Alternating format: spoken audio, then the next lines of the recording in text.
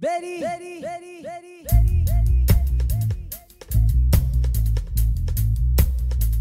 Alright gang, donc ce qu'on va venir construire aujourd'hui, c'est la finition de nos escaliers. Fait que première étape, ça va être de tracer et couper notre faux limon ici au mur. Et ensuite, faire ce faux limon-là aussi. Okay? Lui, le faux limon ouvert qu'on appelle, c'est le limon qui est sur à l'extérieur. Donc ici, on n'a pas de mur. Okay? Si mon escalier est en deux murs, je ferais deux limons de ce type-là, deux faux limons de ce type-là. Mais là, étant donné que j'ai un mur puis l'autre côté c'est ouvert, ben, je vais faire un limon comme ça. Donc, ça va me prendre des contre-marches ici. Là, mes contre-marches, je vais devoir les couper au 45 degrés. Est-ce que vous me suivez jusque-là? Excellent. Donc, premièrement, pour tracer ce faux limon-là, okay, on va mettre un lien dans la vidéo, qui va vous donner accès à ce document-ci. Okay? Ce document-là, qui est finition d'un escalier. Okay? Donc, traçage du faux limon côté mur, c'est le même principe que le limon. Qu'est-ce que ça veut dire, ça? Ça veut dire qu'on va venir tracer nos hypoténuses, 318, 136, nanana. Ensuite de ça, on va faire notre coupe de pied et notre coupe de tête, que je vais vous montrer. Okay? Donc ici, ça c'est l'épaisseur de notre contre-marche. Et puis ici, en haut, on va avoir notre coupe de tête. Okay? Là, on a deux choix. Je vais vous montrer deux techniques, mais celle-là, on la fait moins à cette heure. Celle qui est de prolonger notre faux limon ici de l'épaisseur de la plainte. Maintenant, ce qu'on fait, c'est qu'on l'arrête flush au plancher, puis c'est plus simple. Puis on arrive avec on finit avec un retour sur notre plainte d'en haut. Fait que si je retourne dans mon SketchUp, nous, là, ce qu'on va faire ici pour simplifier la vie, on va venir couper à cette hauteur-là notre limon. Fait qu'on ne fera pas le retour par-dessus. Donc, ce qu'on va faire, c'est tracer ce faux limon-là pour l'instant. Donc, on va venir marquer nos hypoténeuses. Donc, même chose que tantôt. Mais là, on va partir en bas à droite. Ça va être plus facile pour visualiser. 318, 636, 954.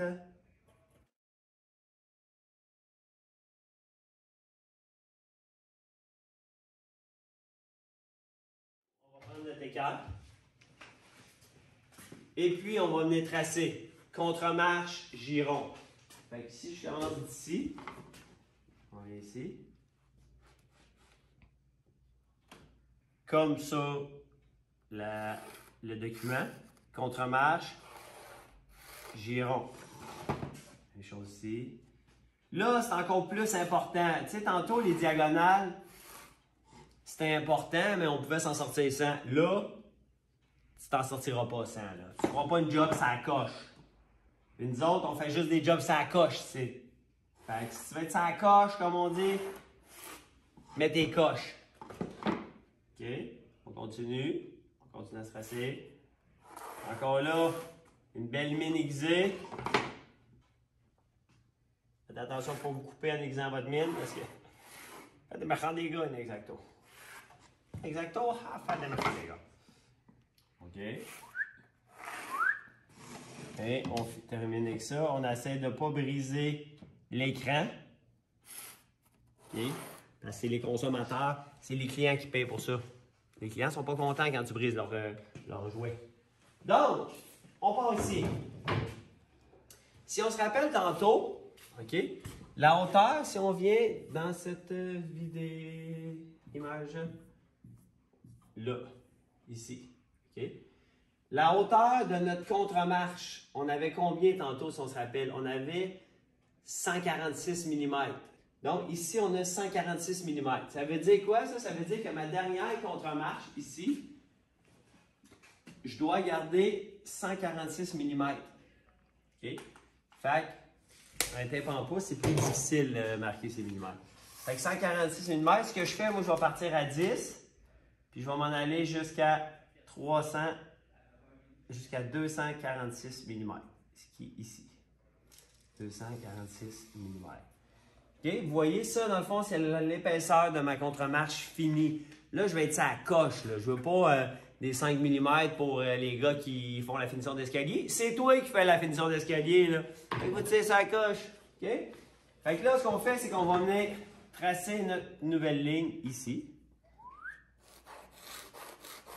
Qu'on va prolonger le plus loin qu'on peut. Là, je ne suis pas sûr que je vais être capable de la prolonger. Fait que qu'est-ce que je fais dans ce temps-là?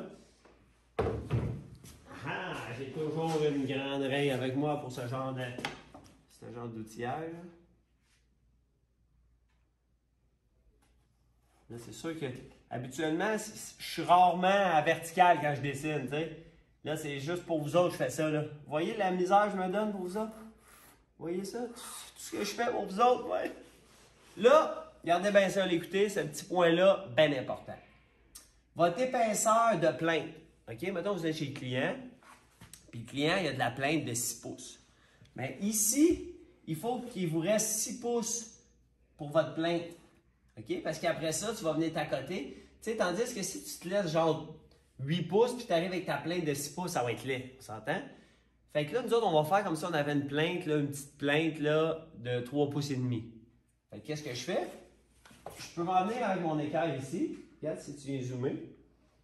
Puis mon 3 pouces et demi, vous êtes d'accord avec moi, il est ici, vis-à-vis mon petit cercle. Là. OK? Fait que là, je vais glisser mon équerre jusqu'à temps que j'arrive à 3 pouces et demi. J'arrive. Quand que je vais avoir 3 pouces. Regardez, là, j'ai 3 pouces et demi ici. Est-ce que vous le voyez? Là, ça va être difficile à tenir encore une fois. Mais je vais faire des miracles. 3 pouces et demi. Je viens me faire une belle petite ligne ici. Fait que ça va être l'épaisseur de ma plainte 3 pouces et demi quand je vais repartir sur mon plancher. Si on revient à mon dessin ici, regardez, 3 pouces et demi, c'est la distance de là à là. Fait que si je m'en venais avec une plainte de plancher ici de 3 pouces et demi, ça arriverait, ça finirait. Mamma mia! Ça coche! Donc là, j'ai mon bas. Vous êtes d'accord avec moi? Ensuite, j'avais combien de contre-marches, on les compte? J'ai 1, 2, 3, 4, 5, 6 contre-marches. Vous êtes d'accord avec moi? J'espère, ben c'est ça. OK? Donc, 1, c'est la première. 1, 2, 3, 4, 5, 6. Ça, c'est ma dernière. OK? Là, on a le choix. Est-ce qu'on arrive, excusez, est-ce qu'on arrive en dessous de notre nez de marche? Parce qu'habituellement, quand tu vas faire un patio, tu vas arriver en dessous de ton nez de marche. Fait que pour arriver en dessous du nez, ce que tu peux faire, c'est soit que tu installes ton nez de marche, tu viens de mesurer, soit que tu y vas théorique. Mais moi, ce que je vous conseille de faire vraiment, c'est installer votre nez de marche. Fait que comment on installe ça? Dans le fond, la distance, moi, qui va m'intéresser, là, ça va être la distance de ma contre-marche à aller jusqu'à mon nez de marche, en dessous, ici. OK? Fait que là, dépendamment de votre épaisseur de marche, dépendamment de votre nez de marche, de combien qui redescend, ça va être ça la distance qu'il va falloir respecter. Fait que là, nous, on va le faire comme si on venait le couper ici où il y a les pointillés, notre morceau, au lieu de l'embarquer ici. Parce que quand on l'embarque là-dessus, c'est quand même des fois un peu chiant de venir couper tout ton nez de marche pour que ça fitte sa coche. Ou sinon, ce qu'il faut que tu fasses, c'est que tu viennes mettre ton foulimon avant de venir faire ton nez de marche. Ça aussi, ça se fait. Il y a plusieurs façons de faire, mais là, on va y aller bien simple. On va couper ça comme ça. Fait que si on allait dans l'atelier et on mesurait, dans le fond, la distance de notre contre-marche, plus la marche pour venir cacher ça ici, dans le fond, 176, plus la marche 30, donc 206 mm. 1, 2, 3, 4, 5, 6. Ma sixième, je peux la faire un petit peu plus longue. Fait qu'on a dit 206 mm. Fait que ce que je fais, c'est que je pars d'ici. Je me fais une marque à 206.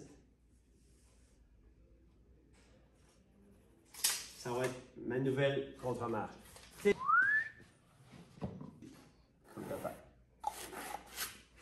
Good? Fait que là, dans le fond, on a deux choix. Moi, pour ce limon-là, souvent, ce que je fais, je vais venir couper cette partie-là. Fait que cette ligne-là, je la coupe. Je vais couper cette ligne-là. Ensuite, on va venir couper ici ma coupe de pied et ici pour ma plainte. Ce que je vais faire, c'est que je vais dévisser mon limon qui est sur le mur, puis je vais venir rentrer ça en arrière. Sinon, j'ai un autre choix aussi qui serait de décaler mon limon du mur. Fait que des fois, ce qu'on fait, c'est qu'on va venir mettre une forêne sur notre mur pour, en arrière de notre limon. En fait, c'est ça que je leur montre souvent. Moi. Soit une forêne, soit un 2x4 en arrière du limon qu'on a installé pour être capable de venir glisser notre gyps quand on venait faire la finition. Fait que là, il va rester à couper ça, puis on a notre limon de mur de fait. On va jusqu'à là, gang! Excellent! Fait que là, on va faire l'autre limon à cette heure. Ready, ready, ready, ready, ready.